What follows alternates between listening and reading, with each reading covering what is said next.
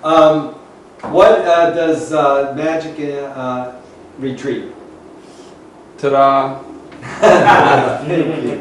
Well, responsibility. Oh! Okay, I have two things. Well, it retrieves our sense of the importance of the elements, but also I was just thinking of this mental image of everybody, like say 4 people that are out in the woods, or out in a non-human created space, and they have a campfire, and they're all putting out the campfire by urinating on it, and they're enveloped by the mist of their piss, putting out this fire in a place, and it's generating a noise, but after that noise is a great silence of this vast place they're in, and the stars are above them, and that's the point of like the awareness of that. Magic brings back that kind of.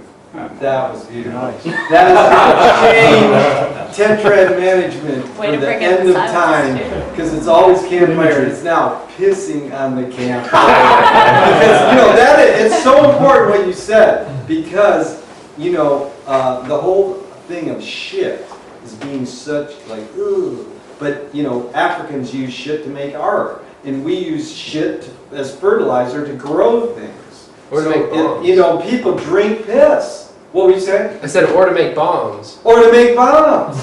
Okay, George, you're up. Well, you didn't invoke Cyrano's Piss Christ earlier, but I would say the goddess in Jean-Paul Gaultier Haute Couture mermaid gown. That's what it retrieves. Yes. Give us a little ground. What does that mean? The goddess, the great goddess in a Jean-Paul Gaultier, who just had an exhibit over in San Francisco, mermaid gown that Kylie Minogue modeled and stuff. Very good. I would get with that. I'd sign up, man. I want some home phone. Listen, I would piss on that campfire. So here's the last one. What does magic become when pressed to an extreme? What could it flip into? Willful ignorance. Very good. Craziness. Craziness! Wait, McLuhan said, you can't prove you're sane unless you have discharge papers from a mental hospital. Uh-oh. I haven't been able to, isn't that a great one? And I haven't been able to tell you any of my jokes, but they're not my jokes. This is Dave Van Ronk's favorite joke. So this guy's in the army, and all he does is walk around going, that's not it, that's not it, that's not it. And all his army buddies go, dude, you're fucking nuts. Go to the mental guy and have him psychoanalyze you. Goes into the doctor analyzes him, and he says, yep, you're insane, here's your discharge paper. And he goes, that's it? Yeah. Populist movements. Populist movements. What does magic bring back, or no, what does magic become when pressed to an extreme? Like a computer the size of the universe or something. Wow, yeah, that's heavy, because what it is computers used to be that big. See the movie, what's the name of the Brodigan poem? All watched over by the grace of loving machines. Google that. By machines of ever-loving grace. The machines of ever-loving grace, thank you. We just did an event on that in Brodigan, and we connected it with Adam Curtis's film of the same name. Watch that film. If you don't know Adam Curtis's films, they're amazing in a way. They're like PBS docs that are half conspiratorial, so they waver, and you're like, that's sort of, wait a minute. And he's psychological, that's psyop, totally. And he works for the BBC. And you can see, it felt like a kiss, Century of the South, all his films are like, and they show you the first computers and the first guys making the first Pong game. Do you know that? Have you ever seen this footage of the first, where it's a crowd of 100 people playing the first Pong game, like video game, as a group? It's like a computer size of the world. That's good. Well, magic. All right. What does magic become when pressed to an extreme? Magic. Maya. Manipulation. Manipulation. I love that word.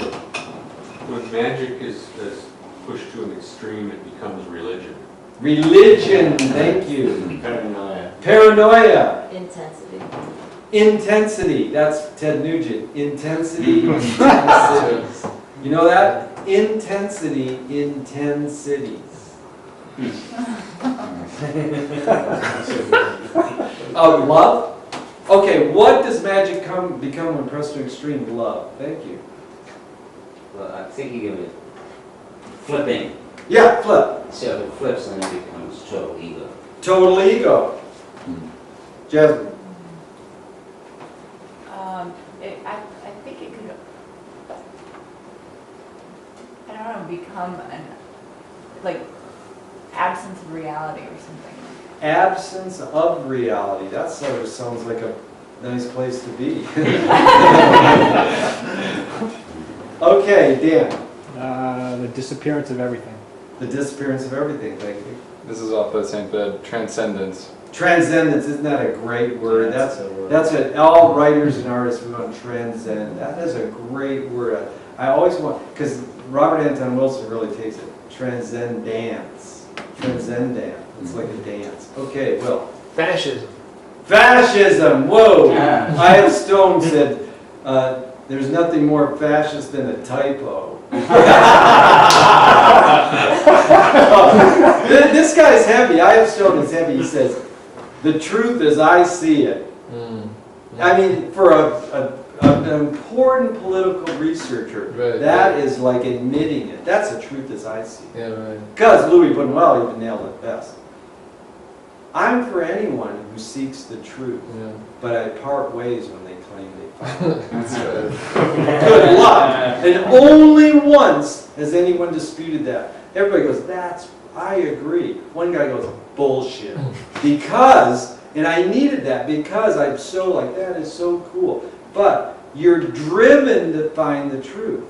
So that means once you found it, you're going to go, well, I can't hold on to it. No, we want to find the truth and embrace it and go, that's me. I found it, or yeah, I can hold on to that.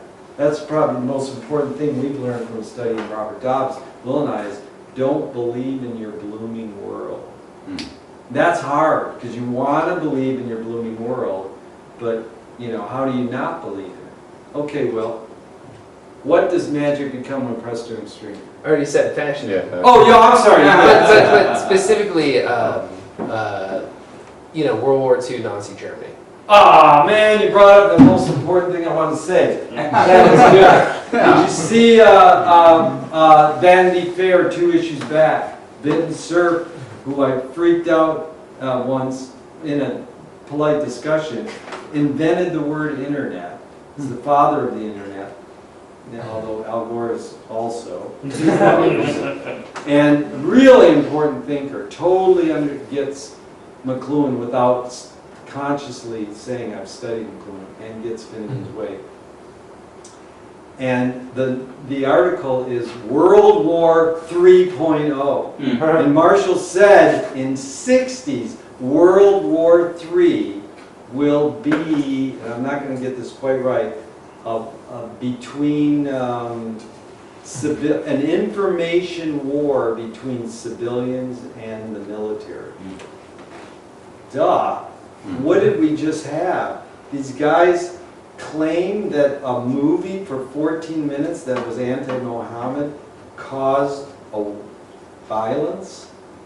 That's an information war. That's saying we're so powerful as tweeters and as radio and as newspaper people, we can say, this thing, 14-minute film caused war. Well, that's the flip of D.W. Griffith said 100 years ago that in 2014, which is in 2 years, cinema will end war.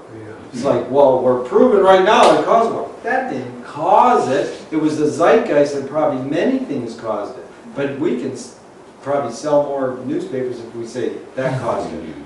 But it's not evil that they're doing that. It's just, we want to say they're evil, the media is wrong, they're manipulative, but they're just doing their job. They're selling newspapers.